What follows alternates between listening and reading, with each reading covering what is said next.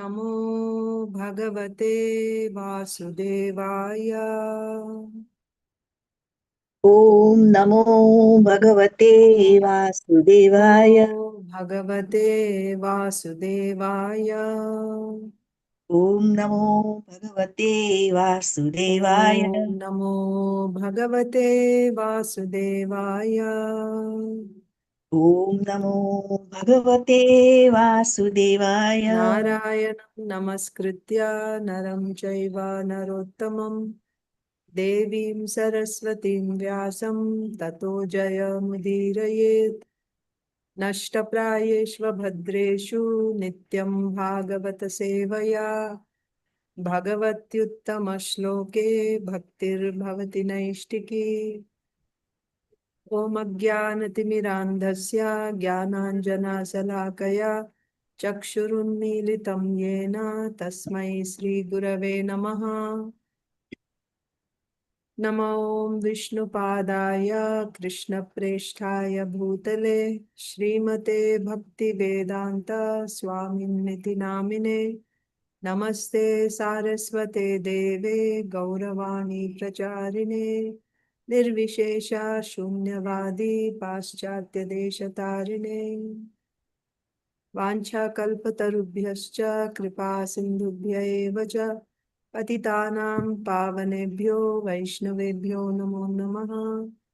Jaya Sri Krishna Chaitanya Prabhu Nityananda Sri Advaita Gadadhara Srivasadi Gaura Bhakta Vrinda. Hare Krishna Krishna Krishna Hare Hare Hare Rama Rama Rama Hare Hare. ग्रंथराज Shrimad Bhagavatam की जय, श्रीमद् भगवद गीता की जय, श्रील प्रभुपाद की जय, समवेत गौर भक्त वृंद की जय. Hare Krishna, dear devotees. I welcome you to today's Srimad Bhagavatam for all session. Today is April 15th, 2026. And we are reading from Srimad Bhagavatam, Canto 10, Chapter 8. Lord Krishna shows the universal form within his mouth. And in this chapter, we are reading about Krishna's pastimes of stealing. So far, we read that the gopis come and complain to Mother Yashoda about the activities of Krishna. What he does, his mischievous activities.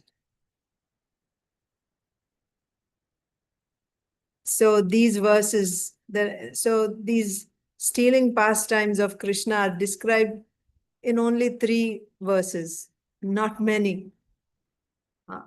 So Srila Sukadeva Goswami has just, it's like a window into the Lord's pastimes. You just get a glimpse. But actually these pastimes are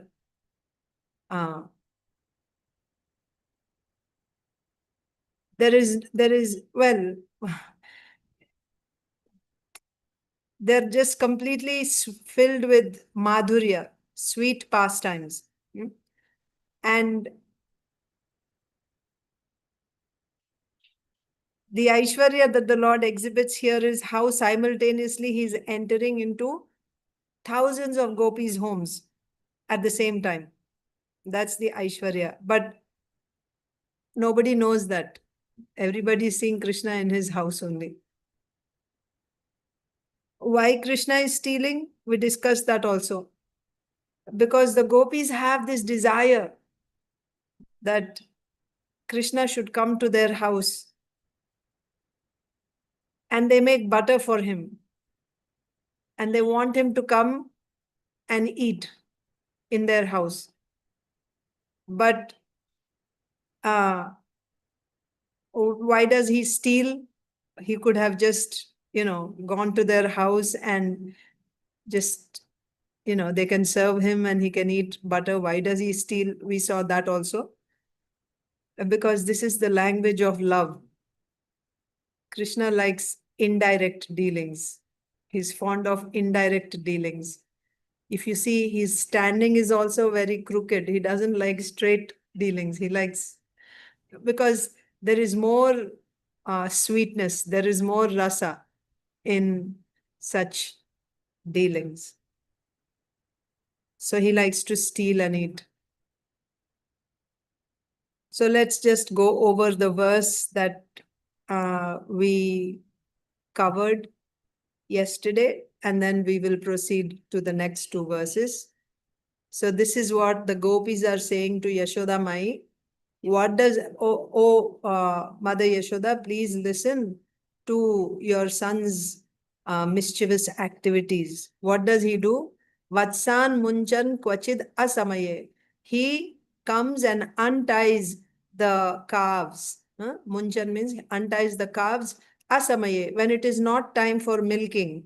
He just comes and unties. And then when we get angry at him for untying the cows, because when he unties the cows, then the calves, then everybody is running after the calves, because these calves will go and drink all the milk of the cows. They will feed the cow's milk, but there's a certain time when they're allowed to go and drink the cow's milk. So he opens or unties them at a wrong time. Before it is actually time for milking, he just unties them. So to stop the calves from drinking all the cow's milk, all the gopis, gopas, their children, they all run outside the house to catch the calves. And then when they catch him, and he goes inside to steal the butter in the meanwhile, while they're all gone.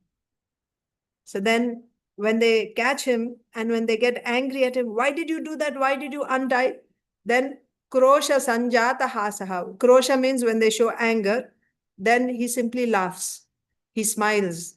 He doesn't, he doesn't get disturbed or anything. When they yell at him and they call him, like maybe some bad names, you naughty boy, and, then he doesn't get disturbed. He just smiles.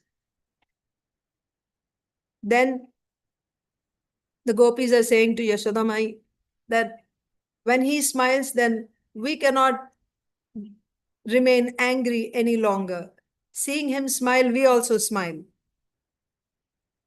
Then Yashoda Mai said, why don't you just feed him if he's coming there?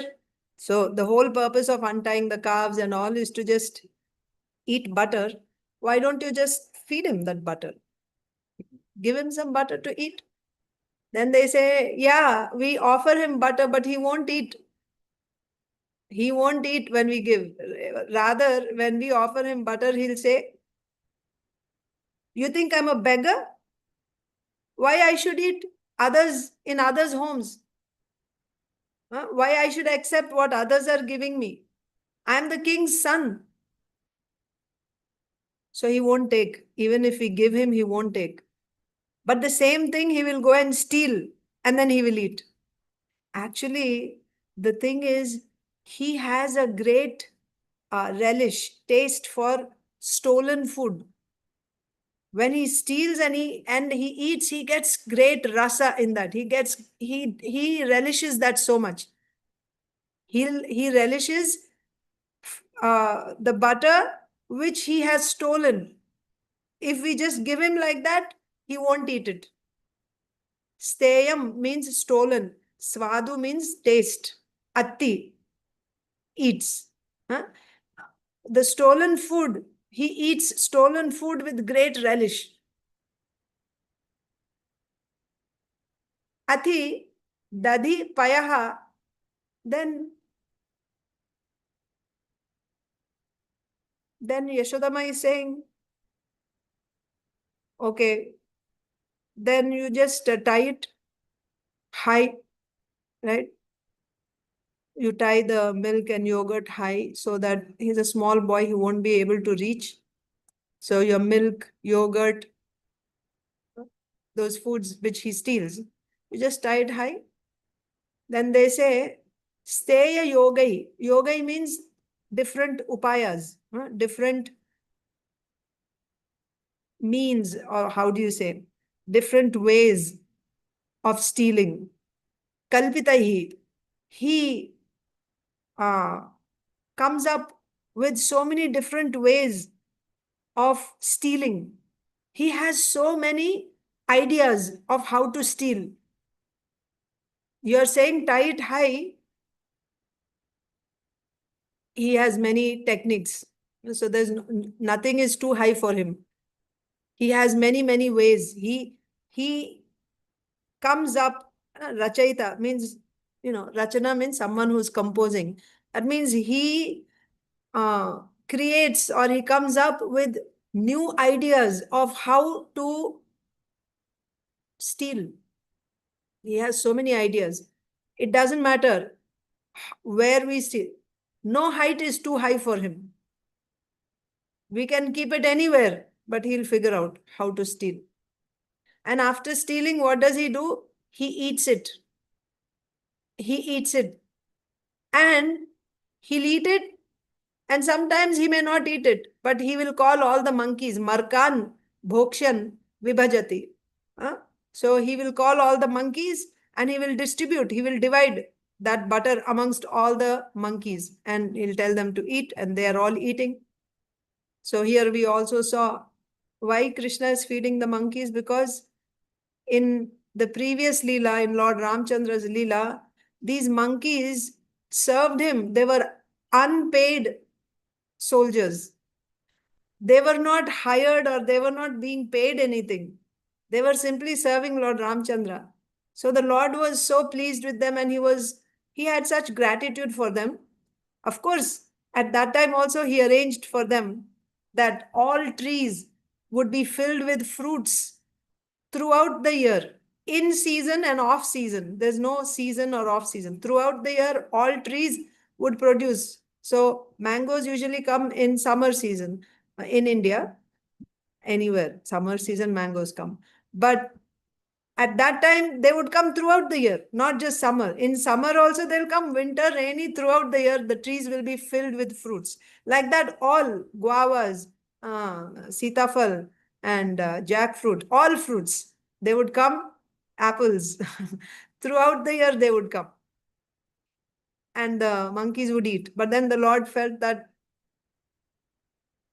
they ate a lot of fruit, but they didn't get the nice, the rich foods like butter, milk, and yogurt, they didn't get.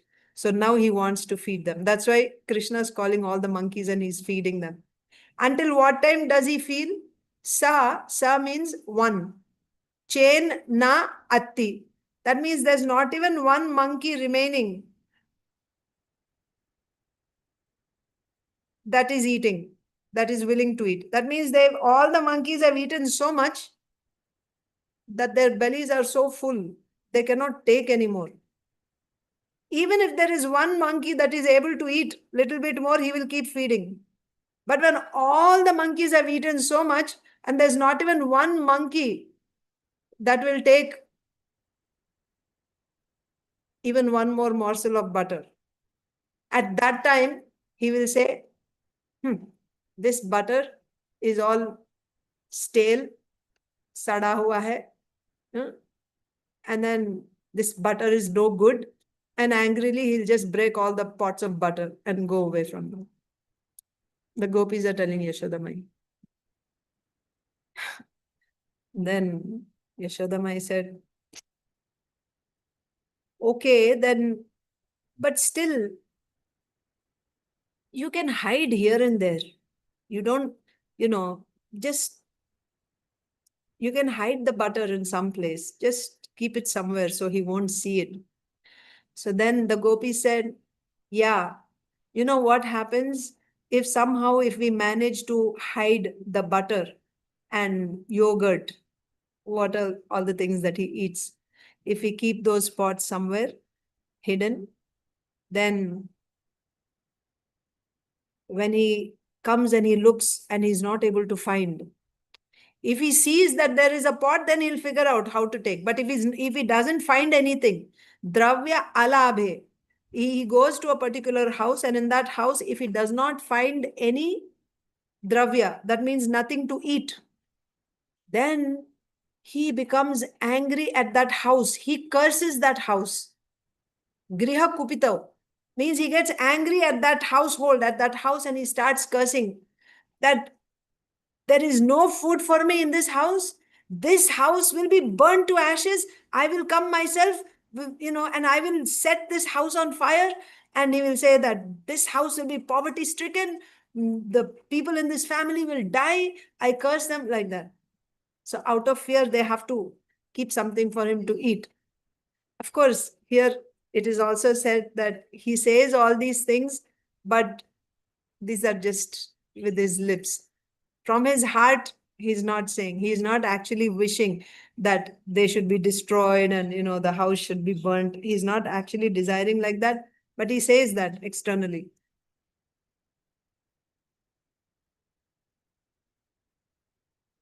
And after that also, so he breaks all the pots. And then if he doesn't find anything, he curses the house. And after that, if there are any children, small children in the house, usually, small children, they will be sleeping. He will go and he will pinch them, with his nails, like an ant bite. He'll just go and pinch them so that they'll start crying. Or he'll go and slap them so that they'll cry. Or he will tie the sikhas of two children together while they're sleeping. And when they wake up, one person is going this way, the other person that way, and their sikhas get pulled and they just start screaming and crying. And then he goes away angrily because he couldn't find any food in that house. So let's see. I just said, just like an overview. The details we've discussed yesterday, just as a continuation. So I just went over yesterday's verse. Then Yashoda Mai says, Acha, let me read the verse first.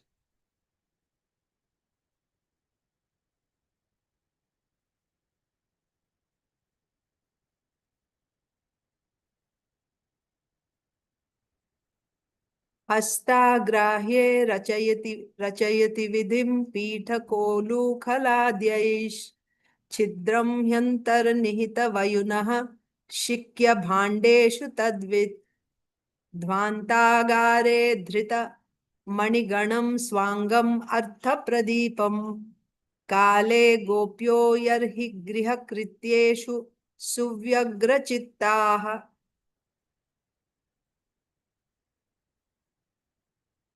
Yashoda still kept saying that just hide the butter somehow or other, right? She said, just hide it somehow or other, like that. So then the gopis are saying to Yashoda Mai, my dear queen, hastāgrāhye, that means that which is beyond the reach of his hands. That means it's so high that he is not able to reach. Hastāgrāhye. If so they hang these pots of butter on swings, dropping from the ceiling. It's called chika, right? What do you call cheek or chika? Butter which is hanging from the ceiling. You don't know? So it's called shikya in Sanskrit. So if it is too high for him, it is beyond the reach of his hands. Racayati vidhiṁ. Oh, racayati means he he devises so many ways, vidhiṁ, racayati vidhiṁ. When the butter is beyond the reach of his hands, he devises so many ways to get to that butter. What are those ways? Pīṭhaka. Pīṭhak means like pīṭha, wooden planks. I was telling you yesterday, in villages, you use wooden planks to sit on the floor.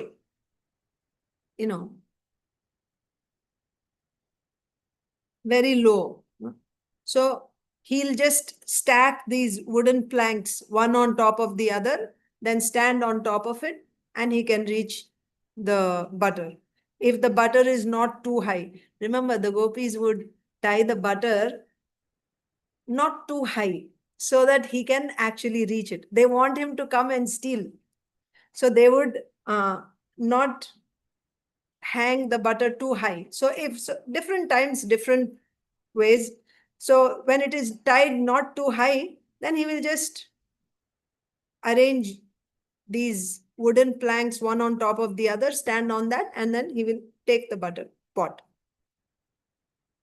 Or ulukhala, the grinding mortar that you see in Damodar Leela. So the grinding mortar will be there. So he, along with his friends, he will turn it upside down. And one boy will get on top of the grinding mortar. And another boy will climb on top of this boy's shoulders. So if the butter is too high, and still if they are not able to reach, then another boy, like that. Even maybe 4 boys can stand, 5 boys, one on top of the other. And finally, he will reach the butter and he will bring the pot down. And ulukhala and adhyaha is said. That means not only these two, he has many other ways. Maybe he'll bring a ladder or something, and different ways. So when the butter is hastāgrāhye, if the butter is beyond the reach of the hand, then he devises many ways. What are they? Either stacking the wooden planks, or he will turn the grinding mortar upside down and stand on top of that. Not just him, but other boys, one on top of the other. And other ways also. That means we don't know here, but there are other ways. He has many ways that he devises to get to the butter. Now, if in spite of getting on to the, let's say, if either he went alone, or for some reason, in spite of getting on top of the ulukal, the grinding mortar, still if he's not able to reach, then what does he do? Chidraṁ hi antar-nihita-vayunaḥ śikya-bhāṇḍeṣu tad-vit. So chidraṁ hi antar-nihita. If he's still not able to reach, then he'll take like a wooden cane, a stick or a wooden cane. And especially he'll take a wooden cane which has iron, the bottom of which is pointed. There's a metal, iron metal at the bottom of this cane. And he'll take that, and with great precision, he makes a hole at the bottom of the pot. Because he's not able to reach, he'll just make a hole at the bottom of the pot so expertly that the flow of the contents inside the pot, right? Whether milk or butter or yogurt, it just falls in one stream. And if he'll make the boys come and stand underneath, and all the contents will go directly into the mouth without spilling anywhere. He will drink and he will feed it to all his friends like that. Chidraṁ hi antar-nihita-vayunaḥ. And so if he's not able to reach, he'll make a hole. Then antar-nihita-vayunaḥ. Now, he has knowledge of the contents inside the pot, which is hanging from the ceiling. You see, it is hanging from the ceiling. It is high up, and it's not like there's one pot. There will be several pots hanging from the ceiling. He can tell which one has fresh stock. From the outside, by seeing the pot, he can understand what is inside the pot. Because the pot appears very, he can tell. I don't know how, but apparently, when you put fresh butter, then from outside you can tell, the pot becomes, I guess, wet or something. But he can tell that this pot has fresh butter. Antar-nihita-vayunaḥ. He has knowledge of what is inside the pot, that is śikya-bhāṇḍeṣu, the pot which is hanging from the ceiling. Tad-vit, he is expert in that knowledge. He knows what is there inside. The contents of the pot he knows. So he can tell, and either he'll try to reach it, and if he's not able to reach it, he'll make a hole and he'll drink all the yogurt, milk, butter. So Yashoda Mai said, maybe you should put the butter and, all your butter, yogurt, etc. in a dark place. Keep it in the house where there is total darkness. So he won't be able to see. Then he won't steal because he won't be able to see. Put the pots in a very dark place where there is no light. So he won't be able to see. So dhvāntāgāre. Dhvanta means dense darkness. Agara means house or room. So keep it in that place in the house, inside the house where it is, there are no windows there. It is completely dark. Dhvāntāgāre. You put it inside where there is all darkness. So then the gopis are saying,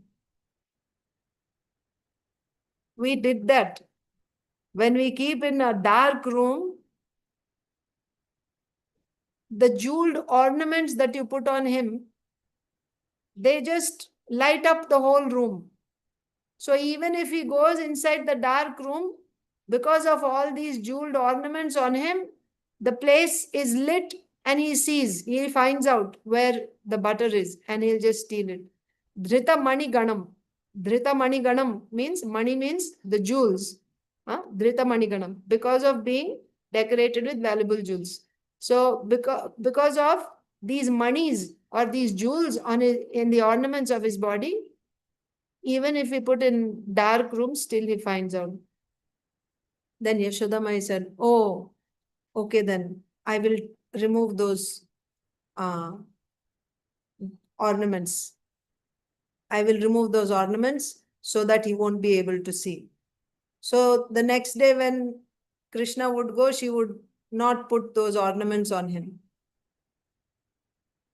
And then again the gopis would come back and complain that he stole again. So Yashoda Mai said, you put in the dark room, yes. Still he stole. How? I don't know. Even without the ornaments, his body is naturally so effulgent. His body produces light. He is Nilamani. Nilamani means blue stone, right? Nila is blue. Mani means a precious stone. But Ujjwala Nilamani. Ujjwala means which is effulgent, which is emitting light. So they said, even without the ornaments, without the jewels, his body is only emitting light. Svāṅgam artha-pradīpaṁ. So his body acts as a pradīpa. Pradīpa means a lamp. For what? For whatever objects he wants. Artha, like we know, dharma, artha. Artha means by doing dharma, whatever you earn, right? Artha. So here what he wants butter. So whatever he wants, his body acts as a lamp and it lights up. So when he goes even into a dark room, the pots in which he's interested in, they are lit up by the light coming from his body. His body acts as a lamp to light up the objects that he is interested in. So if he wants butter, his body will light up those objects. That means there's light emitting from his body like a lamp.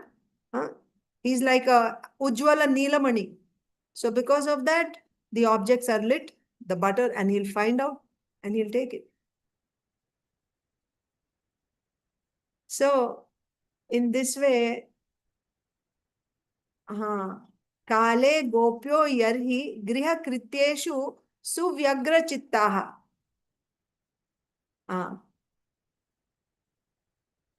Kāle. So in due course of time, gopyaha, the elderly gopis, gṛha-kṛtyeṣu, are busily engaged. Acha. What they are saying is, and you know when he comes when we are all busily engaged in our household duties. He comes to steal when we are busily engaged in our household duties. Kāle gopyo yarhi gṛha-kṛtyeṣu suvyagra-cittāḥ. They are absorbed in their gṛha-kṛtyeṣu, household activities. At that time he comes and he steals. So let's read the translation and purport by Srila Prabhupada. And then also we will read Srila Vishwanath Chakravarti Thakur's commentary. Translation. When the milk and curd are kept high on a swing, hanging from the ceiling, and Kṛṣṇa and Balarāma cannot reach it, they arrange to reach it by piling up various planks and turning upside down the mortar for grinding spices. Being quite aware of the contents of a pot, they poke holes in it. While the elderly gopis go about their household affairs, Kṛṣṇa and Balarāma sometimes go into a dark room, brightening the place with the valuable jewels and ornaments on their bodies and taking advantage of this light by stealing. Purport by Srila Prabhupada. Formerly, in every household, yogurt and butter were kept for use in emergencies. So this would be, they would keep yogurt and butter for use in emergencies because they stay. Yogurt stays. You can keep butter also. I mean, not for too long, but yeah. But Kṛṣṇa and Balarāma would pile up planks so that they could reach the pots and would then pick or prick holes in the pots with their hands so that the contents would leak out and they could drink it. This was another means for stealing butter and milk. When the butter and milk were kept in a dark room, Kṛṣṇa and Balarāma would go there and make the place bright with the valuable jewels on their bodies. On the whole, Kṛṣṇa and Balarāma engaged in stealing butter and milk from the neighborhood houses in many ways. So we'll read also Srila Vishwanath Chakravarti Thakur's commentary.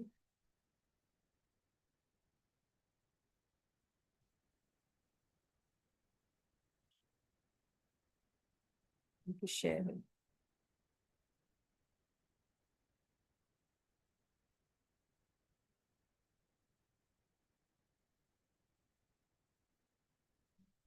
So, yeah, this is the verse. The gopis continue. Another day, he entered a house where the yogurt pot was beyond reach. So he devised a method to get it. Vidhiṁ racayati. Sometimes he piles up chairs, climbs atop a grinding mortar or the shoulders of a friend. Just by seeing the exterior of a pot hanging from the ceiling on a string, śikya-bhāṇḍeṣu, he knows vayunaḥ, its contents. Yes. Seeing from outside, he knows what is inside the pot. If he cannot loot the pot, he makes a hole in it with a pole having a sharp iron point. He is very learned in all this work, tad-vit. How to put a hole in the pot, how to make the yogurt pour out, and how to open the mouths of the boys so they can take their fill. Even a dark storeroom is no obstacle for Kṛṣṇa and his friends. The brilliant jewels on their bodies act as lamps to brighten the room. He knows all the tricks of the trade. The gopis are telling Yashodamai. So Yashodamai replies, why aren't you more careful? Save your butter, keep it safely. Why are you not more careful? Gopis are saying, your son only comes when everyone is busily engaged in household affairs. That means when we are least alert, right? Because we are busily absorbed in something else, he comes at that time. Your son only comes when everyone is busily engaged in household affairs. Though Kṛṣṇa has already stolen our hearts with the bewitching power of his gentle smile, his baby talk, his sweet movements, and his beautiful body, that means he has already stolen our hearts by his smile, his baby talk, his sweet movements, and his beautiful body. Still, he likes to steal our yogurt on the sly. Before stealing, Kṛṣṇa sends some boys as spies to find out who's there in the gopis' homes. So, sometimes what happens is, right in front of their eyes, a gopi sees Kṛṣṇa stealing her butter, let's say. Right in front of her eyes, he's stealing her, her things. And she's not able to do anything. Not only does he steal her butter, he also steals her. That means once she sees Kṛṣṇa, she cannot take her eyes off of him. She's not able to stop him from taking butter. And she becomes so enchanted by him. She's just standing there and looking at him. That means he stole her vision also. That means he just stole her eyes. Her eyes are not seeing anything else except her now. He's stealing her butter and he's stealing her eyes. Not only her eyes, he steals her mind also. Now in her mind, she cannot think of anything except Kṛṣṇa. And her speech, she cannot speak of anything except Kṛṣṇa. That's why they come to Yashodamai to keep to tell her about all the things that he's done, because they cannot stop talking about him. So they'll go and tell Yashodamai, your son, in the form of a complaint. He did this, he did that. But the thing is, their speech is stolen by Kṛṣṇa. Now they cannot talk of anything but Kṛṣṇa. Their eyes cannot see anything but Kṛṣṇa. Their minds cannot think of anything but Kṛṣṇa. He has completely captivated. So in front of all this, what is stealing butter, right? They don't even care for that. That he's stealing their things and going away. Not only is he stealing the butter, but he's stealing their eyes, their hearts, right? Their minds, their speech, everything like that. So that's what is being said here. So they're saying that though Kṛṣṇa has already stolen our hearts with the bewitching power of his gentle smile, his baby talk, his sweet movements, and his beautiful body, that means by all these things, he has stolen our hearts. Still, he likes to steal our yogurt on the sly. And what does he do? Before stealing, he sends some of his friends, boys, to go and spy and find out who's there in the gopis' homes. So we'll read the next verse also.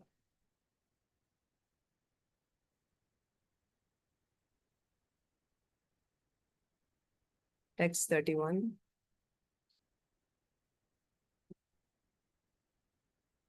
So Yashodamai said, why don't you be more careful about the butter, right?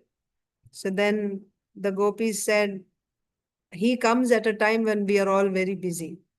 So then further, what are they saying?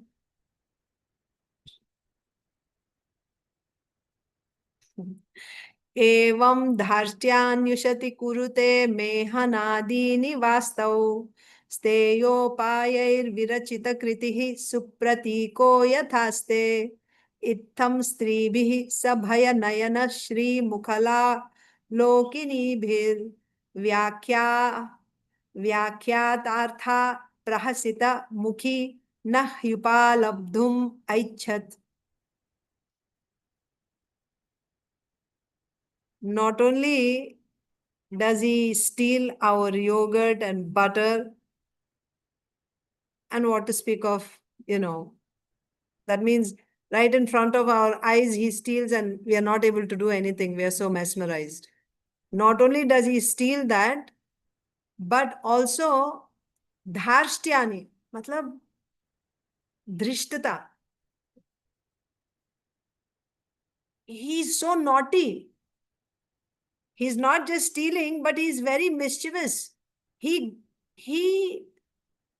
harasses us. Actually, in reality, in the very first verse we saw, none of Krishna's activities gave any pain or any suffering to any gopi. Not even one gopi was actually in reality, what do you say? Disturbed. Not one gopi was ever disturbed by Krishna's activities, because his activities gave them so much pleasure. They would be drowning in ocean of Ananda. But now they're complaining. They're saying, he does so, he's so, drishtata means drisht, like dhūrta jaisa, right? He's so naughty and he does such mischievous activities. For example, he will stop us. He will stop the gopis wherever they go. So if they go to sell their butter and yogurt, he will stop them. He won't let them go.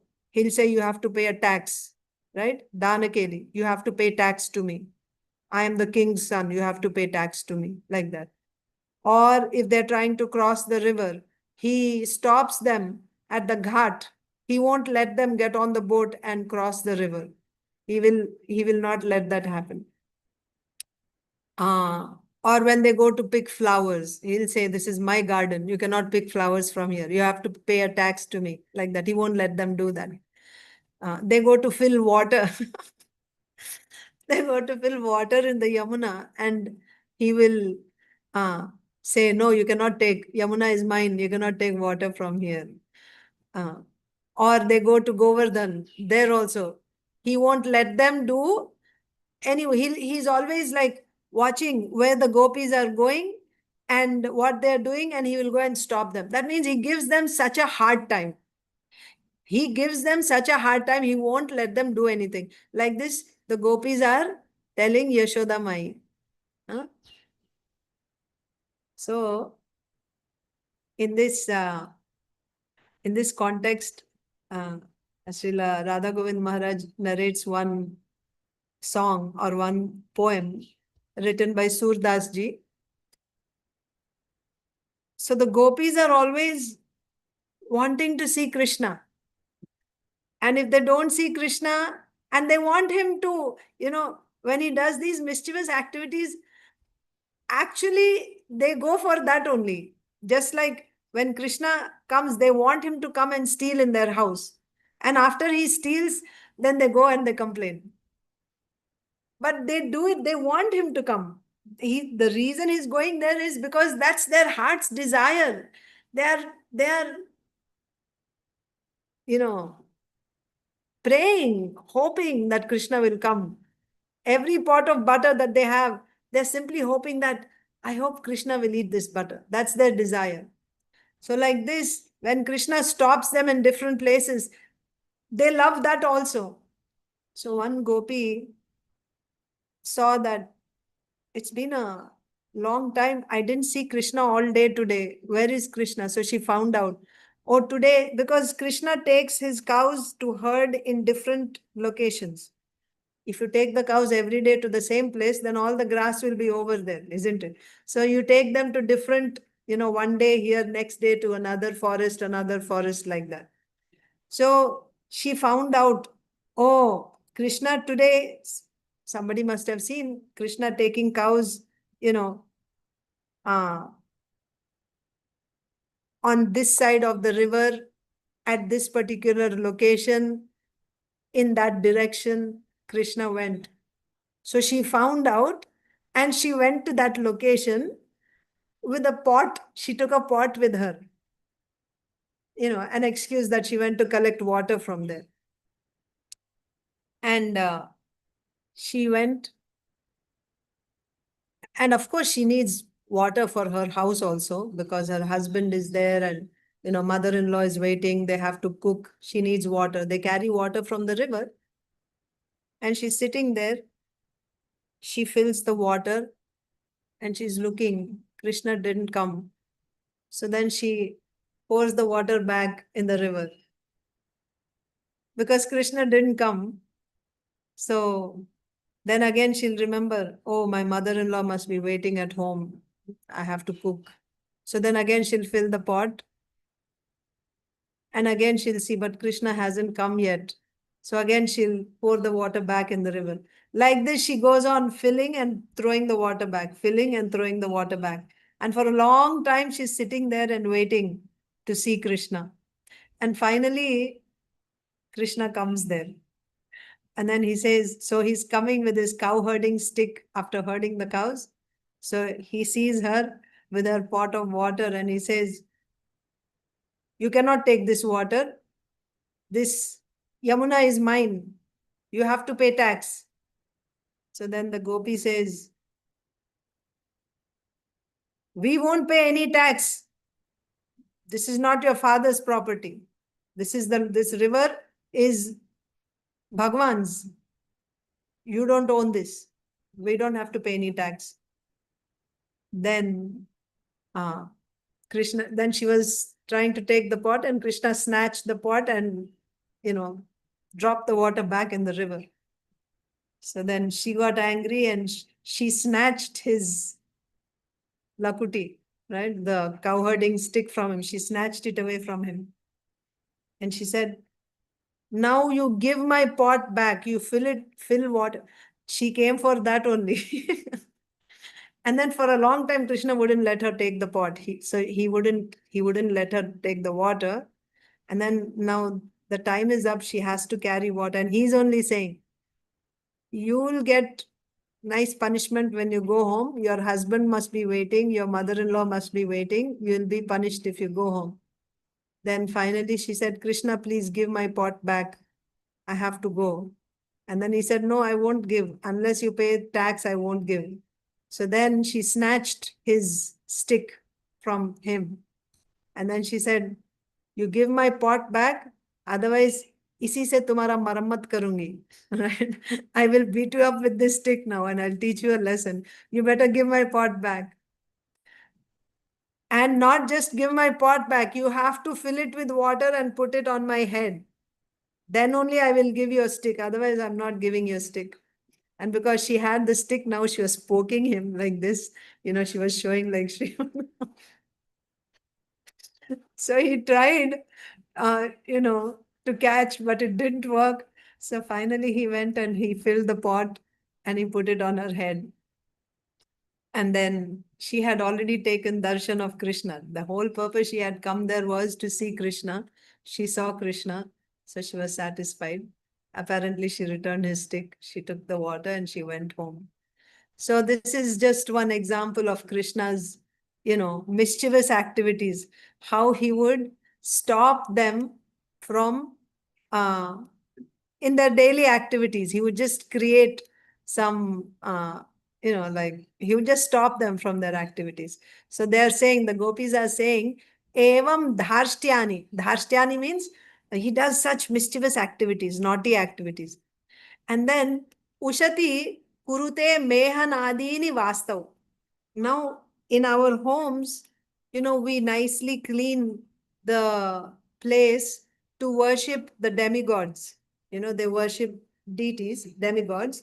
So for that, how they clean in villages, you sweep and then you nicely smear cow dung on the ground, prepare the place nicely. So they make the place clean and, smear it with cow dung and everything to invite the demigods to come and sit. You know what he does? They're saying in that clean place where they're supposed to worship, he will come. Uśati means clean place. Kurute mehanādīni. Mehana means he'll pass urine. And other things is said. Other things means, you know, maybe like in the translation it says he passes stool and urine, but Maharaj said he passes urine, and maybe he'll bring, because Adi is said, maybe he'll bring some untouchable things like bones or something and throw them there to just make that place contaminated. And the demigods actually come and sit there. When you invite them, they actually come and sit there. So the gopis are saying, such are your son's activities. When we clean the place nicely to invite the demigods and to worship the demigods, he comes and he passes urine and, throws other things there, untouchable things. Vāstau means in our house. Evaṁ dhārṣṭyāny uśati kurute mehanādīni vāstau. Then steyopāyair, matlab steya means stealing, upaya means various ways of stealing. Viracita-kṛtiḥ. We have seen with our, now we are seeing and coming. We see every day how expert he is in stealing, and he's expert in so many matlab upayas, right? He has so many techniques, ways, tricks to steal. And he's constantly, always, he's, executing all his ideas for stealing yogurt, butter. We see how he's at it all the time. That means he's so busy and he's so sharp and he has so many ideas. He's always mischievous, right? He's so expert in stealing all the time. And now look at him. He's sitting right there in front of Yashoda-mai. Kritihi. So he is steyopāyair viracita-kṛtiḥ. He is very expert in stealing, and he has in devising so many tricks and so many ways to steal, and he's always working on that. We see him doing all these mischievous things. Supratīko yathaste. And see how he's sitting now. Pratika means like a pratima, like a statue. Supratika means like a very innocent boy. Uske मुंह में उंगली भी डालो तो काटेगा नहीं. Itna, he's looking like he's so innocent, and so straightforward, so simple.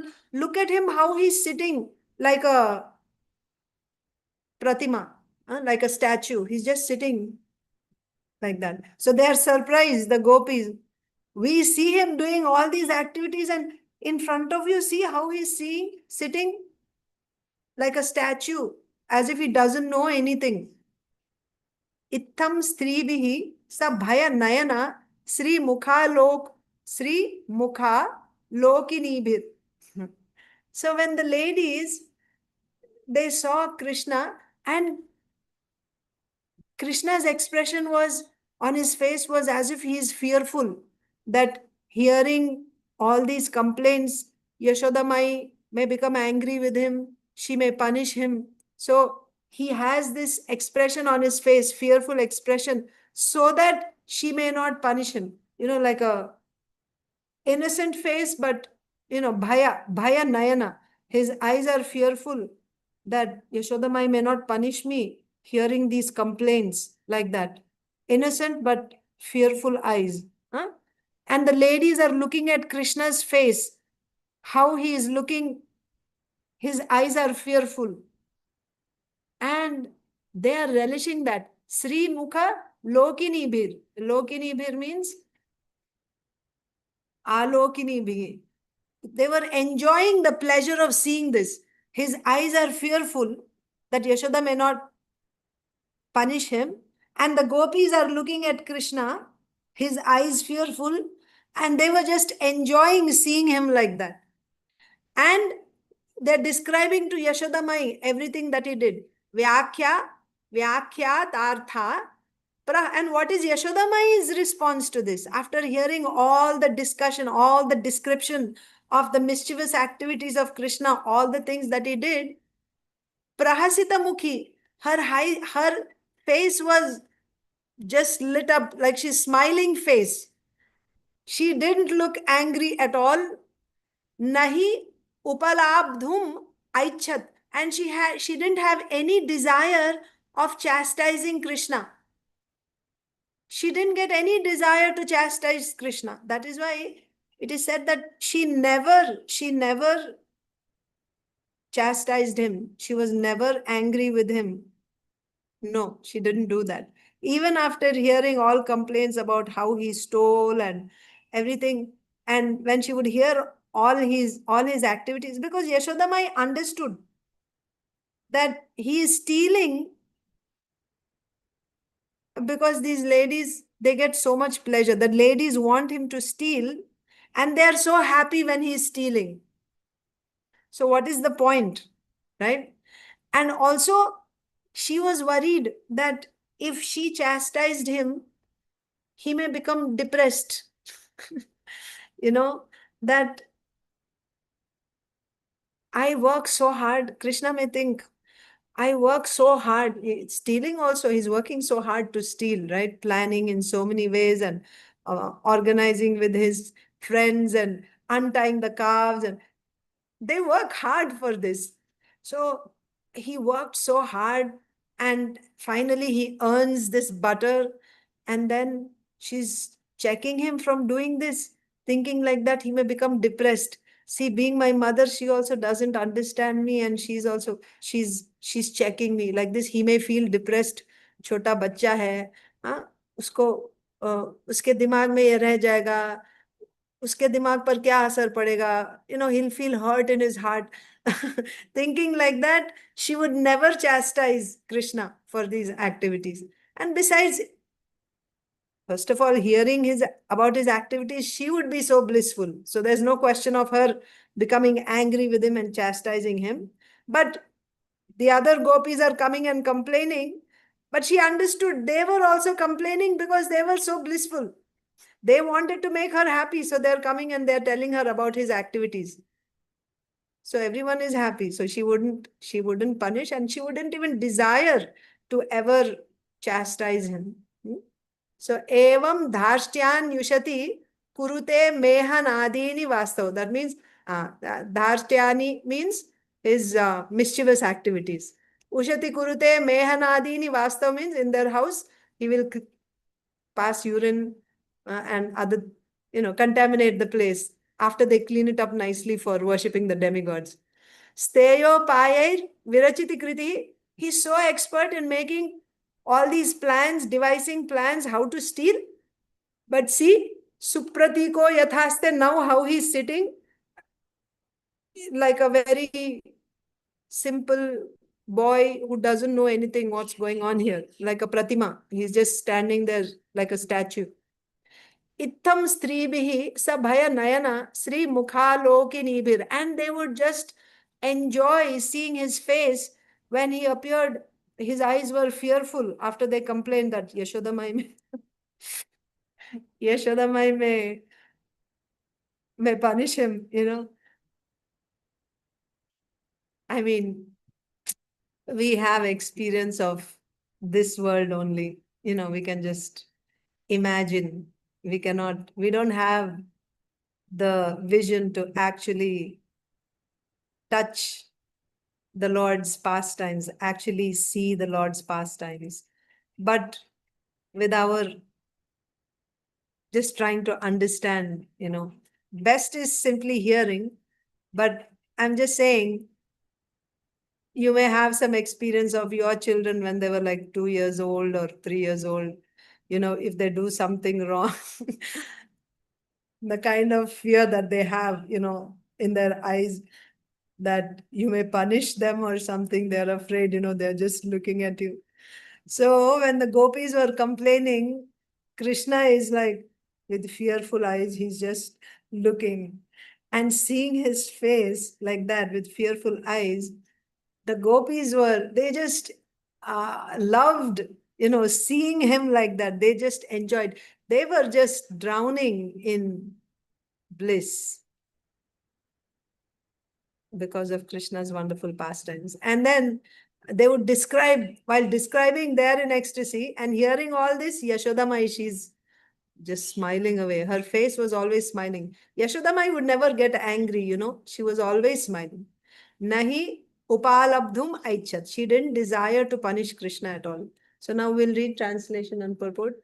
When Krishna is caught in his naughty activities, the master of the house will say to him, "Oh, you are a thief," and artificially express anger at Krishna. Krishna will then reply, "I am not a thief, you are a thief." Sometimes being angry, Krishna passes urine and stool. So this one, dhārta, this mischievous, naughty activities, another example is given here. So when he is caught that you're stealing, you are a thief, they would say, and he would say, "I'm not a thief, you're a thief." Because everything belongs to him anyway, isn't it? And you are thinking this is yours. Actually, everything is mine. So he say, "I'm not a thief, you are a thief."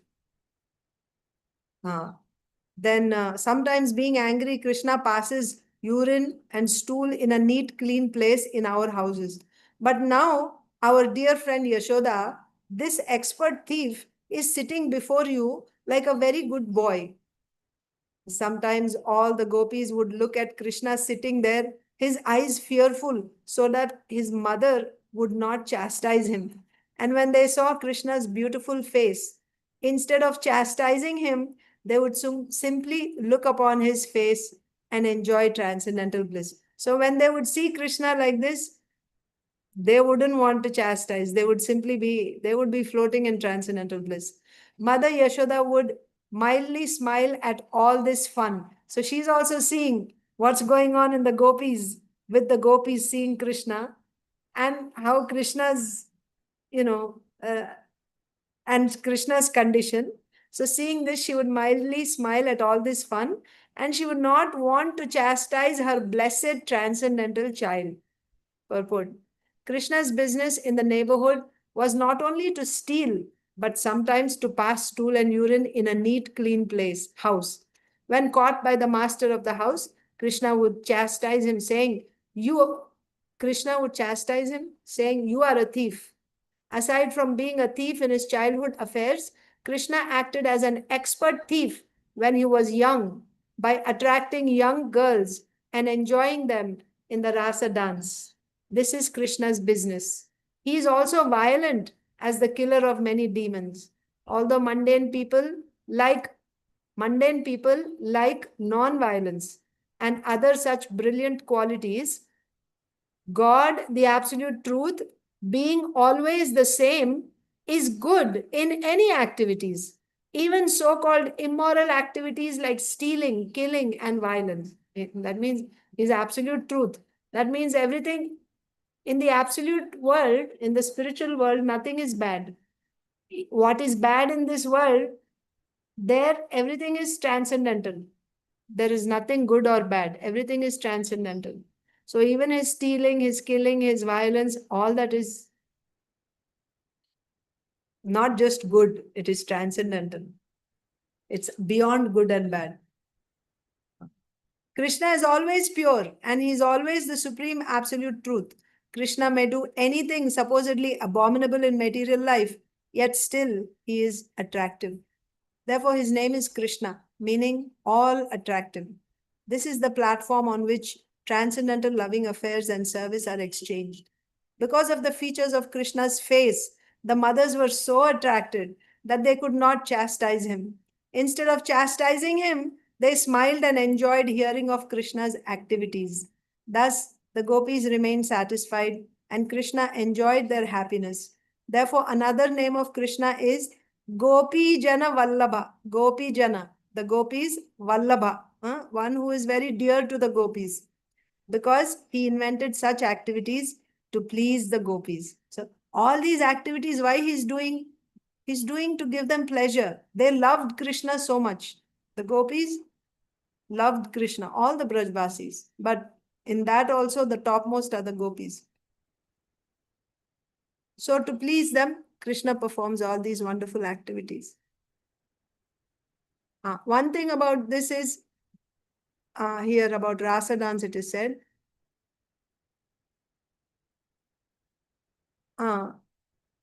so not only was he expert in an expert thief, but he would also enjoy with the gopis in the rasa dance. This is Krishna's business.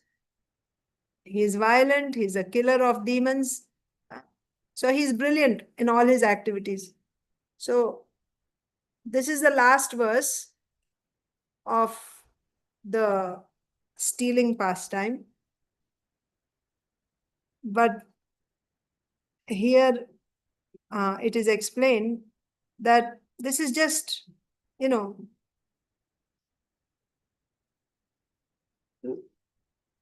Sukadeva Goswami is just giving, like a glimpse, just a glimpse of the unlimited pastimes, stealing pastimes of Krishna. He's just giving, in just a couple of verses he just gave. So he says Jharoka, right? So through the window, right from here, you just see a small portion of the vast world outside, of the vast scene outside. I cannot see everything from inside. I just see a little bit through the window. Like that, through these verses, like showing through the window, Sukadeva Goswami is just showing a little bit. But when you see, same with the Ras Leela also, just a little bit is said. But actually, when the Acharyas describe, they describe the details about Ras Leela. There it is said about, Krishna's smile, how he dressed, how he danced, and how they are singing. Everything is how do you say? So they show detail there. They show detail. The devotees will show detail in their commentaries, in their description. But Sukadeva Goswami has just given us a glimpse.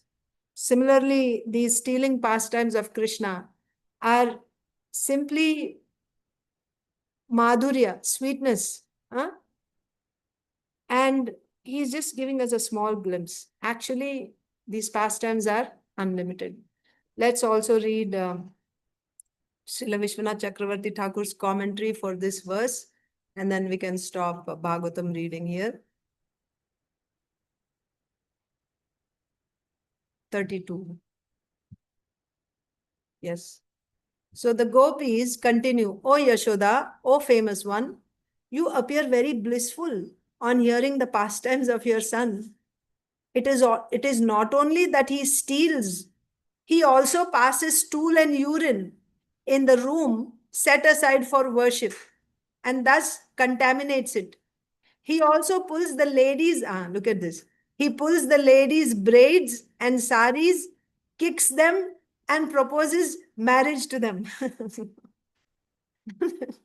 He's a little boy. And he's pulling their braids, saris, and he's kicking them and he's saying, I want to marry you. So in the future, so the gopis are complaining to Yashodam, I remember. In the future, this son will bring you lots of wealth, right? He's stealing all this. He's going to bring you lots of wealth. Now he's stealing yogurt, but when he grows up, he will steal others' money and wives, right? So he'll get you a lot of wealth. But now he looks very innocent in front of you. Now the result of the gopis' loving criticism is stated. What is the result of their criticism? Thinking Yashoda might beat him. Now they are afraid. So they complain. Remember, when the gopis are saying all this, they are saying in the tone of complaints. They're actually complaining to Yashoda Mai. He did this, he did that, like that. So that's why even here when they're saying, he pulls the ladies' braids and saris, kicks them and proposes marriage to them. So they're saying, in future, he'll bring you a lot of wealth. Now he's stealing yogurt. In future, he will steal money and wives of others. He will steal all these and he will make you rich like that. He'll bring you a lot of wealth. But see how he's sitting now? Like a very innocent boy, he's sitting in front of you like he doesn't know anything. What is the result of this criticism of the gopis? They're thinking that Yashoda Mai might beat him after hearing all these complaints. Thinking Yashoda might beat him, Krishna showed fear in his eyes, not the gopis, Krishna. Krishna is sitting there and listening to all the complaints. He knows all the things that he did. And they are telling everything to Yashoda Mai. And now he's thinking, she might beat me. Thinking that there's fear in his eyes. Thinking Yashoda might beat him, Krishna showed fear in his eyes and his beautiful face trembled. The gopis could not help look at Krishna's charming face. Everything was told to Yashoda, who had become blissful on seeing Krishna's face. She also became blissful seeing Krishna's face, which was illuminated with different emotions. He's experiencing fear, right? So his face was illuminated with different emotions. And by hearing about his wonderful pranks. So Yashoda Mai, she became blissful by hearing his wonderful pranks and by seeing Krishna's face now decorated with so many emotions. Both these things, because of both these things, she is now blissful. Yashoda simply beamed a wide smile, prahasita mukha, but she harbored no desire to scold her son. Yashoda thought, let the gopis drown in bliss by my son's mischief making. And when such incidents are reported to me, let these stories drown me in bliss too. So this is what she's thinking. Let the gopis drown in bliss by the mischievous activities of my son. And when they tell me about his activities, let me also drown in that bliss. Though not explicitly stated here, this mood should be understood. So then that's the end of this section of Krishna stealing butter. And tomorrow we will start the next section, which is Krishna eating dirt and then showing the universal form to his mother in his mouth. We have a little bit of time. We will read Bhagavad Gita now. Yesterday,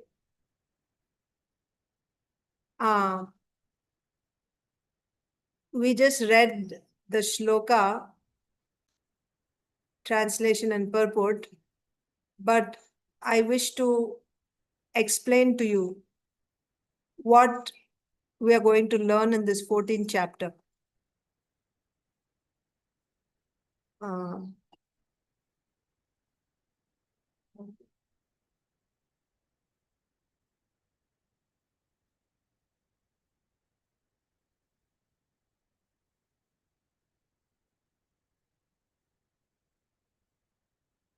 So what did we read in the first verse yesterday?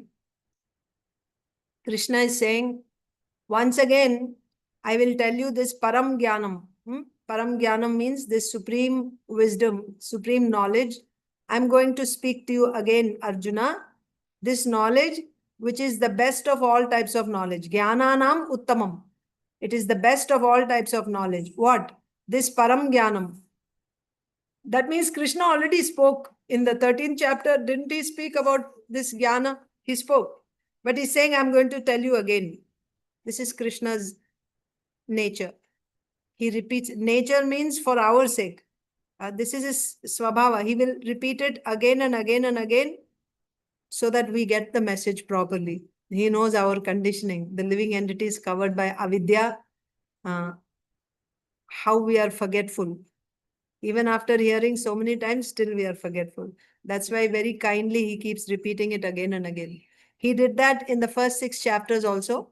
Nishkama Karma Yoga, if you remember, again and again and again he says, the soul has no death, the body has death. This way, that way, every way, in so many different ways, Krishna says that point in so many verses. That you are not this body, you are spirit soul. Soul has no death. Body has, body never had life actually, right? It's non-existent. Like that. Like that here also Jnanam is going to say again. I'm going to say it again. And then what is the result of hearing this? Yaj gyatva munayah sarve param siddhim ito gataha. Those munis, sages who got this knowledge, after getting this knowledge, they got the ultimate destination. They got perfection, Krishna is saying. So now, what is it that we are going to read in this 14th chapter? I want to tell you through drawing.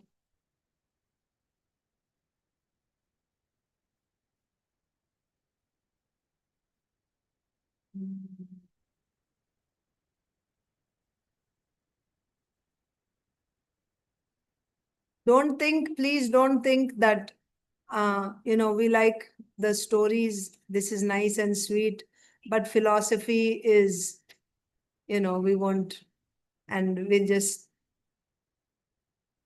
always remember philosophy, we need philosophy. You know why we need philosophy?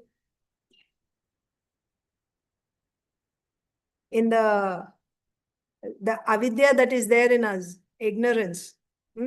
We have so many doubts in our heart. Of course, avidya will go by chanting Hare Krishna, hearing also bhajan, right? Shravanam, Kirtanam, when you do this, avidya will go. But how you have to do that? You have to do it purely.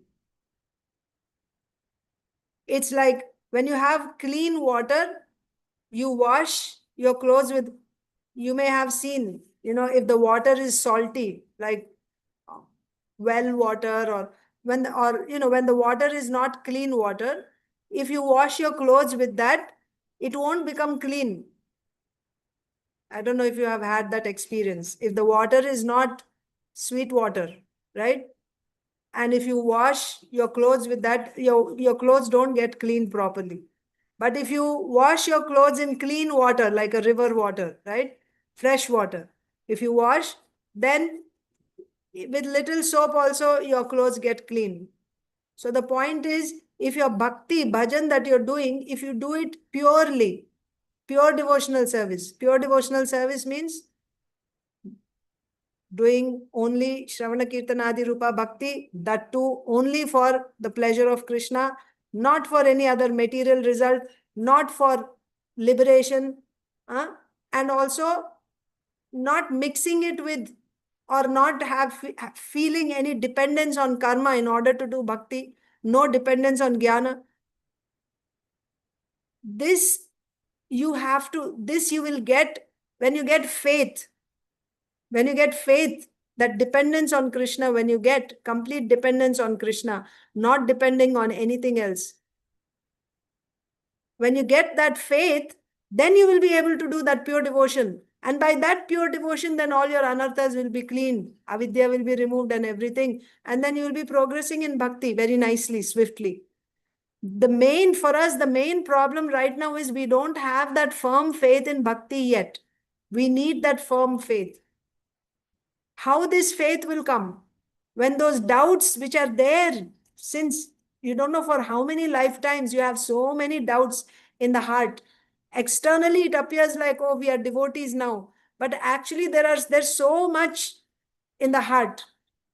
Even though we may be practicing for decades and decades, still we have those doubts. That is why we are not surrendering completely to Krishna, not completely taking shelter of Krishna at all times. Still we hold on to, oh, little bit this and that also, because we don't have that faith. How you can get that faith? When these doubts are removed. How these doubts will be removed? You'll have to contemplate. You'll have to know the philosophy for that. Otherwise, why our acharyas are taking pain to explain the philosophy? Srila Jiva Goswami has given why. Even Srila, when you see the commentaries of Bhagavatam and Bhagavad Gita, you see there in the commentaries, the philosophy is explained again and again and again. See, Sukadev Goswami is explaining creation, Srishti Leela, again and again and again. Second canto, again third canto, in so many chapters, repeating. Not that he's saying newer things, repeating that again and again. Why? Because when you hear this philosophy and when you hear about the Lord's Srishti Leela means the Lord's Leela with material nature. Srishti Leela, how he is creating, how this creation is happening. When you hear that, you wake up from your deep slumber of avidya, of ignorance. You'll wake up from that. If you're sleeping, fast asleep, and in that sleep, if somebody is feeding you nice sweets, will you taste them? Will you relish them? You won't. But when you are awake And then when you are served nice, delicious prasadam, you will actually relish it. So now our condition is we are fast asleep. We are in deep slumber of ignorance with all those doubts. We don't have that firm faith in bhakti yet. So to wake us up, to shake us up, philosophy is said again and again. The Srishti Leelas are repeated again and again. Otherwise, directly, simply, Krishna's pastimes only could have been said.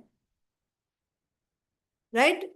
But our hearing Krishna's pastimes is like a person in deep sleep eating rasgulla. It's not that it will not have any effect. It will have some effect. But the effect that it actually has, that effect you are not able to get now because of being nicely, because of sleeping nicely in the lap of Maya. You means me, everyone, all of us. So we have to be waken up from that.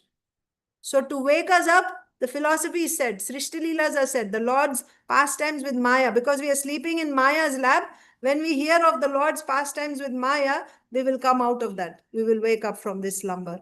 And then when we wake up, and then when we hear the Lord's sweet pastimes, which are described in later chapters, later cantos, we will actually be able to take full advantage of that. That is why it is recommended that you go systematically from the first canto, second canto, third canto, fourth canto, fifth, sixth, seventh, eighth, ninth, and then you come to the 10th canto and you hear Krishna's sweet pastimes.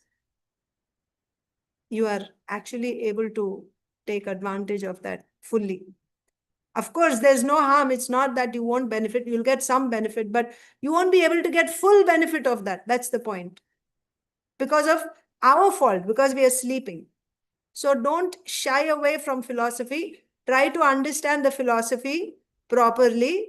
This will only help us in our devotional life. That's the point. So Bhagavad Gita is also, and Bhagavad Gita is actually first, preliminary. After Bhagavad Gita only, then Bhagavatam. First we should know Bhagavad Gita and we should study. So anyway, this 14th chapter, time is up, but at least I'll give you the, what do you say?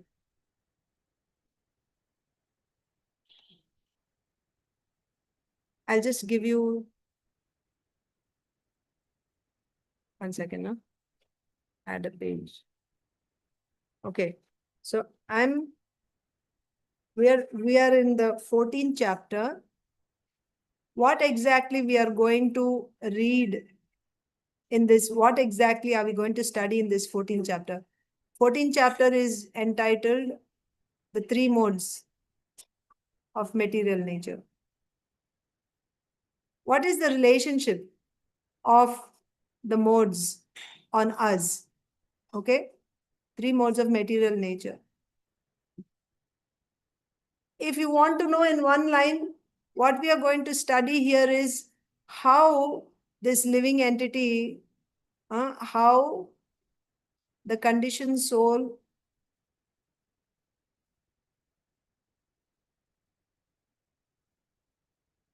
gets new bodies again and again.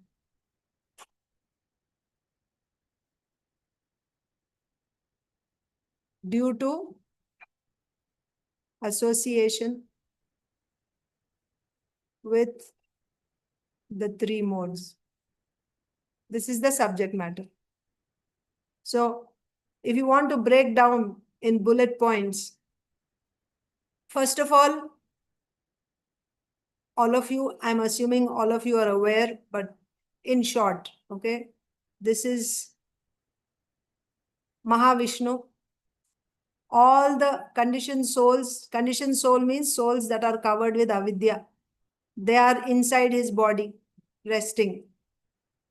And he glances on the Prakriti. What is Prakriti now? I will write here. The Lord has his Maya.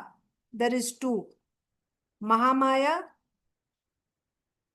and Yoga Maya. Conditioned souls are controlled by which Maya? Mahamaya. Mahamaya controls the conditioned souls. This Mahamaya has 3 components. Sometimes they say 4. You can say 4 also. What are they? Vidya, avidya, prakriti, and karma is also said. These are the components. Now, so this prakriti is also one of the component of Mahamaya. Mahamaya means material energy, external energy. Yogamaya means internal energy. Yogamaya acts on the pure devotees of the Lord. Mahamaya acts on the conditioned souls covered by avidya. So now, the Lord, when he glances on Prakriti, which is one of the components of Mahamaya, he is sending all these conditioned souls into Prakriti, impregnating. When we read this chapter in the next few verses, this diagram is going to help you. So please pay attention. So he's sending all these conditioned souls into this Prakriti. Okay? Through his glance only. Not like how it happens in the material world, male and female union, not like that. Simply by his glance, he's sending all these living entities covered by avidya, conditioned souls, he's sending into the body of Prakriti.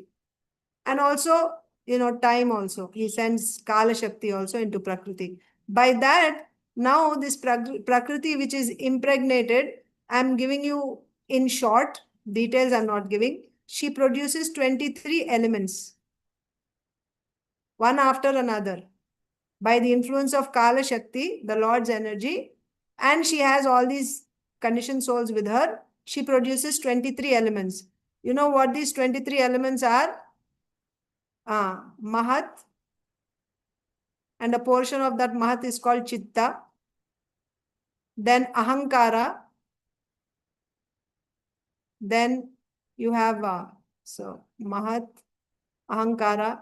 Then you have mind. You can say intelligence, then 24 it will become. If I say intelligence, it will be 24. Okay, I'll say 24 elements. Intelligence. Senses, you have 10 senses. 5 gross elements, earth, water, fire, air, ether. And 5 sense objects, form, taste, touch, smell, like that. So this is 20, 21, 22, 23, 24. Okay, 23 elements. Prakriti is producing these 23 elements. Then, after she produces these 23 elements, now already, okay, one more thing. I said here this living entity is covered by avidya. Avidya is also a component of Mahamaya. Pay attention here. So this living entities are covered by avidya. Avidya is a component of Maya. And this Prakriti is also a component of Maya. And Prakriti is producing these 24 elements. After these 24 elements are produced, once again, now this Maya is covering this living entity which is already covered by avidya. She is covering this living entity with all these elements. So now it will be covered by Ahankara, Chitta, Buddhi, mind, senses, gross body, and then sense objects outside. That means, first of all, this living entity is covered by avidya. Yes? And these living entities covered by avidya are sent into Prakriti, and Prakriti produces 24 elements, and now this Maya is covering this living entity covered by avidya. She's covering again with more coverings. What are these coverings? These 24 elements. Ahankara, Chitta, mind, intelligence, senses, like that. Gross body is made of gross elements, and then sense objects outside. These are all the coverings of given by this Mahamaya. Okay. Now, what does this living entity do after getting all these coverings? So now each of these has a particular function. What is the function of chitta? Chitta's function is general awareness. General awareness. What is the function of ahankara? Ahankara gives abhimana. Abhimana means you identify yourself. Actually, you're a spirit soul. But then you identify, ahankara makes you identify yourself with that body and anything related to that body as yours. That means body consists of mind. So ahankara makes you think that you are your mind. That means if the mind's function, what is mind's function? Happiness, distress, for example. Other things are also there. But let's say happiness, distress. This is the function of the mind. But because of ahankara, when the mind is happy, you think, I am happy. You don't think my mind is happy. You think I am happy or I am sad. Why you're thinking like that? Because of ahankara. This ahankara makes you identify, claim the activities of the body to be your own activities. Similarly, intelligence function is to know or to decide, right? This is specific awareness. It decides what is what, intelligence. Okay? And then knowledge is produced in intelligence. That means knowledge is produced in intelligence. Because of ahankara, what do you think? I know this. I know. Actually, it is the intelligence which is knowing, but I say I know. Like that. What is the function of the senses? Senses grasp sense objects.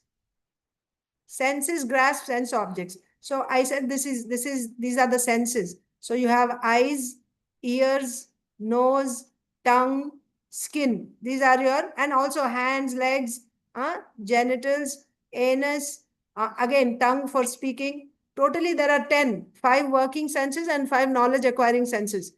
Now, what does the eye do? Eye grasps the sense object. What is the sense object? Form, color, like that. So senses function is senses grasp the sense objects. Similarly, ears will grasp sound. And mind is also one of the senses. It's internal sense. What is the object for the mind? Happiness, distress, like that. Being attracted. So these are all the functions of the senses. Now, what happens to this living entity after getting this body? Using the senses, the living entity is, so the senses are grasping sense objects. There's a whole mechanism that happens. Senses grasp sense objects, the message is sent to the mind, and mind sends it to the intelligence, and intelligence, like that. There's a whole thing. Also, chitta, general awareness, there's another function of chitta. All the samskaras, now this is another thing, samskaras, impressions, are stored in the chitta. Okay, samskaras are stored in the chitta. Where is chitta? This is here. This is chitta. So samskaras will be stored in the chitta. I'll tell you what the samskaras are. Just give me just a couple of minutes. So senses are grasping sense objects means activity is going on, right? So by that activity, when the senses are grasping the sense objects, what is happening? Samskaras are produced. Samskaras are produced. Every time you do some activity, some samskaras are produced. Samskara means what? Impressions. Impressions. Every time you do some activity, in the very first moment, fraction of the second that you do something, that means in the very first do something means senses are grasping the sense objects, right? So the very first second, what is happening? It creates an impression on your chitta. It creates an impression on your chitta. Samskaras are produced on the chittam. Okay? These samskaras are there. And these samskaras create a desire. The other day, Swati Mataji was asking, it will be cleared now here. These samskaras are there in the chittam, and the samskaras, what are they doing? And actually, Mataji, Amal Sundari Mataji also explained it that day. Mataji said, the affinity, right, to do something. That is this desire. So samskaras are formed, impressions are formed. Due to those impressions, there is an affinity, right? A desire is produced. Desire to do is produced. Where are desires stored? In the mind. Desires are there in the mind. Now, these desires at the time of death, the strong desires that you have at the time of death,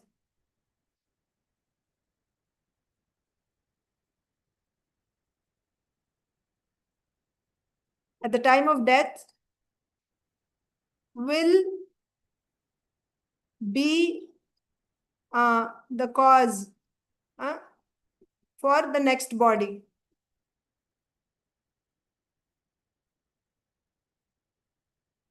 Okay. So you have desires.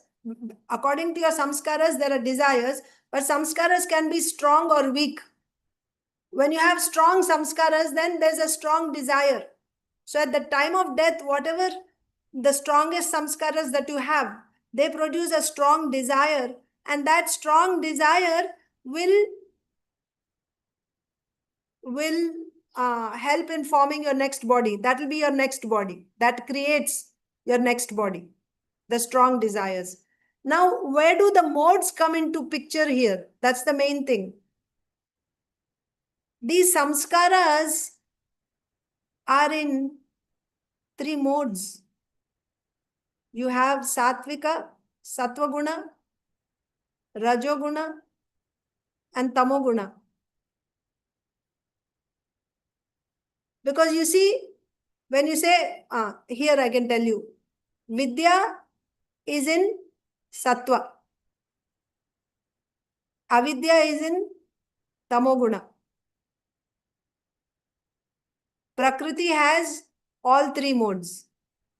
Prakriti has all 3. Sattva-guna, rajoguna, tamoguna. All 3 modes are there with Prakriti. Okay. So now, what is happening is, when you do activities,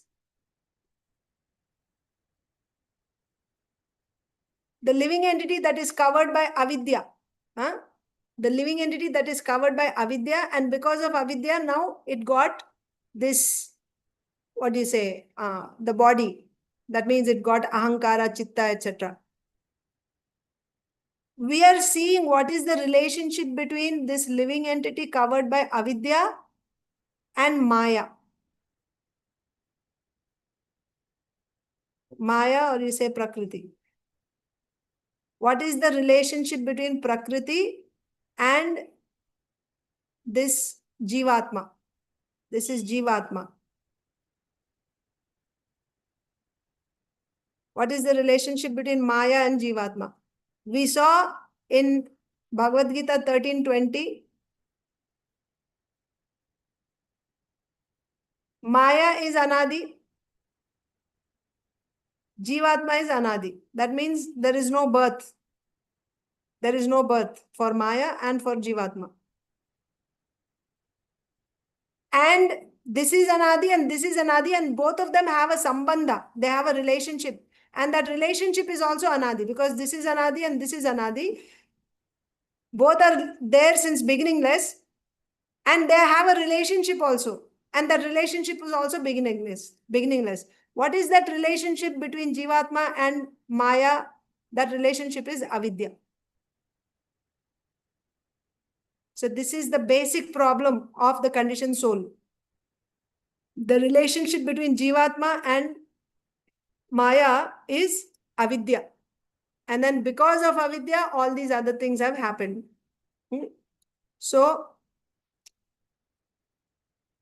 how these modes are influencing is the point. If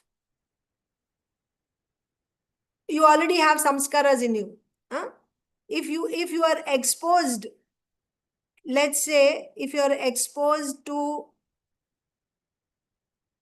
a village atmosphere, that means there are cows, there is fields, green fields, there's lake. Then what happens is, when you're exposed, the sattvika samskaras that are already there in your chittam, they come out.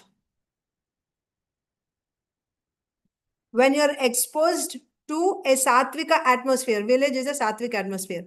When you're exposed to a sattvik atmosphere, sattvika samskaras that are there in your chittam, they come out.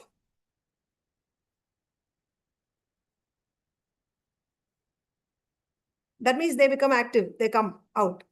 And then these sattvika samskaras, they will create sattvika desire. What is the desire?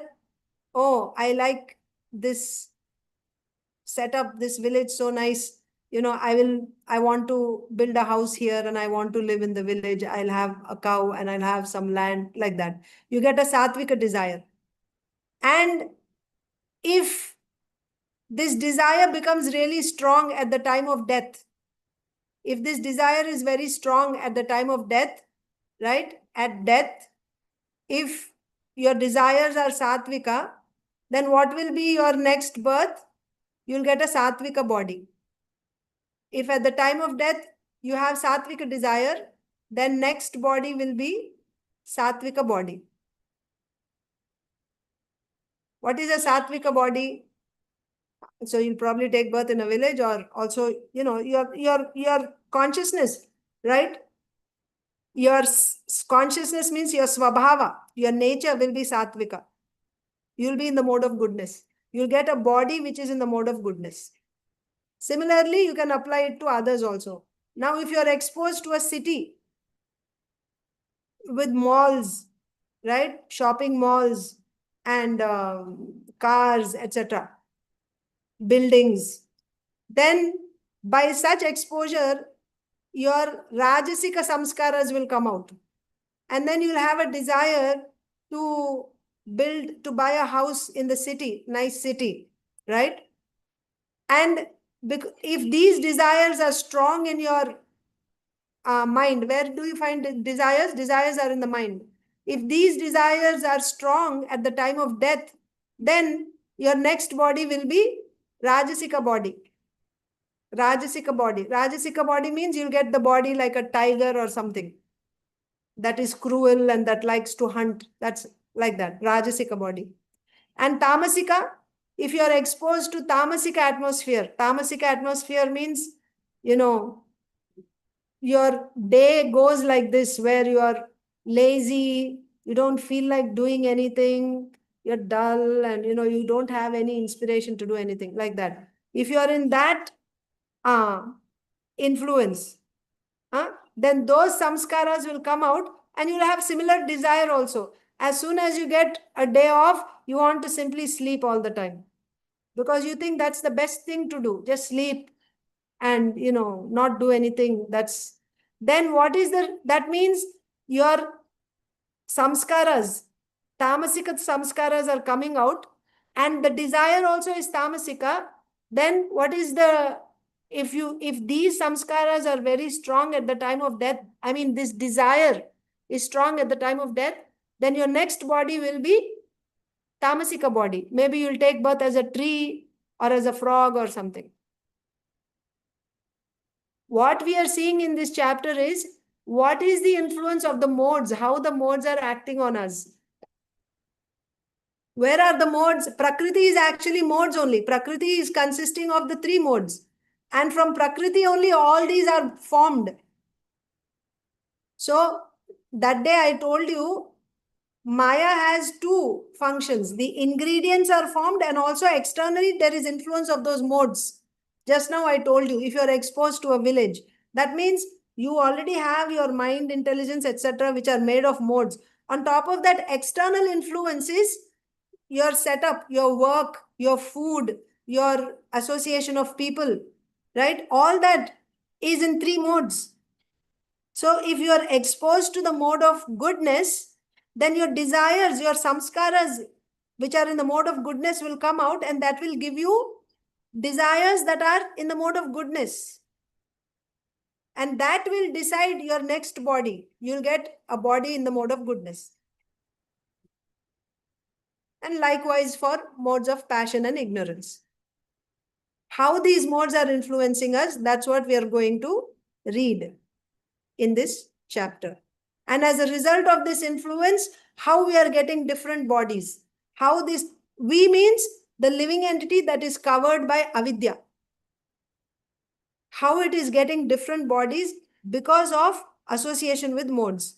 Remember 13th chapter we read, Karanam guna sangosya sadasad yoni janmasu. What is the cause? Guna, sangha, association with the modes. Why we are saying again and again, Daiva Varnashram Dharma, Daiva Varnashram Dharma? Because we are exposing ourselves to the modes of passion and ignorance by living in cities and technology and, all these things. This is exposing this living entity which is covered by avidya to the modes of passion and ignorance. But if you stay in an environment of mode of goodness, then it is forming mode of goodness desires. You may say, but we are practicing devotional service, we are transcendental to the modes. Not yet. For that, first we have to do pure devotional service. Pure devotional service means definition given by Rupa Goswami, not something that we make for ourselves. That cannot be. If we are already pure devotees, then we wouldn't have any dependence on our work that we are doing, on our family. We would not have any of these things.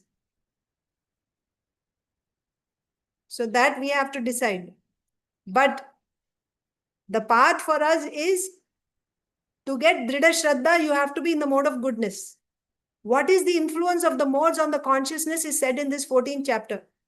And how, because of that influence of the modes, you are risking your next body, what body you are going to get, where you are going to take your birth in the next body, like that. So I will stop here today. We will continue tomorrow. If you have any questions on this, you can ask me tomorrow. I have a class now in a short time at the temple, Bhagavad Gita class. So I will end here today. But if you have any questions, you can ask me tomorrow and we will continue this discussion. I was actually going to read the second verse, but it's okay. It's late already. So we'll do the second verse tomorrow. Thank you very much. ग्रंथराज Shrimad Bhagavatam की जय, श्रीमद् भगवद गीता की जय, श्रील प्रभुपाद की जय, समवेत गौर भक्त वृंद की जय, वांछा Thank you, Mataji. पतितानां पावनेभ्यो नमो नमः. I want to make one disclaimer that I am not perfect. I am also a student. I am also studying, learning, but I am trying to share with you whatever I have learned. And definitely there will be some flaws, some mistakes. Please forgive me. But my intention is to share with you whatever I have learned to the best of my capacity, as much as I'm able to do. I'm trying to do that, but I'm not claiming to be perfect. I'm not. Thank you, Mataji. But you're doing a very good job. You're saying something, Amal Sundari Mataji? I don't know. Yes, Mataji. Can you hear me? Maybe my Bluetooth is connected. 1 second, Mataji.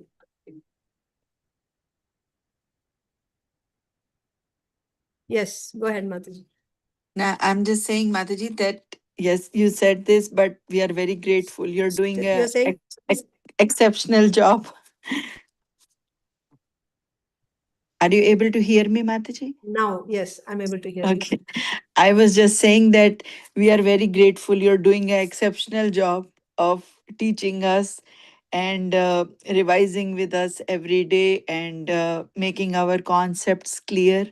and so that we have clear understanding of what we are reading, and you're doing a very, very exceptional job. I'm like speaking on behalf of everybody, and I'm sure everybody feels the same way, for giving your valuable time, morning, evening, all the time to teach us and explain us, and we are very grateful. Thank you so much. Hare Krishna. Thank you. Thank you. I second her. Thank you. Thank you. Thank you, Amala Sundara Mataji, for so nicely telling that.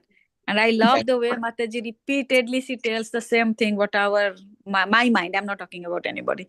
Like, it fails to remember, and Mataji keeps on telling, repeating, like, Krishna does. Thank you, Mataji. I'm really indebted to you. Thank you so much. Thank you, Mataji. Hare Krishna. Thank you very much, Mataji. That's very true what you said, Mataji. Not only the sweet pastimes, we need to hear the philosophical also, so we can be sincere in our devotional service. This really helps, Mataji. Yes. With the way you explain with the writing, that really goes into our head, Mataji. Thank you so much. Hare Krishna. Hare Krishna. Thank you. Thank you so much, Mataji.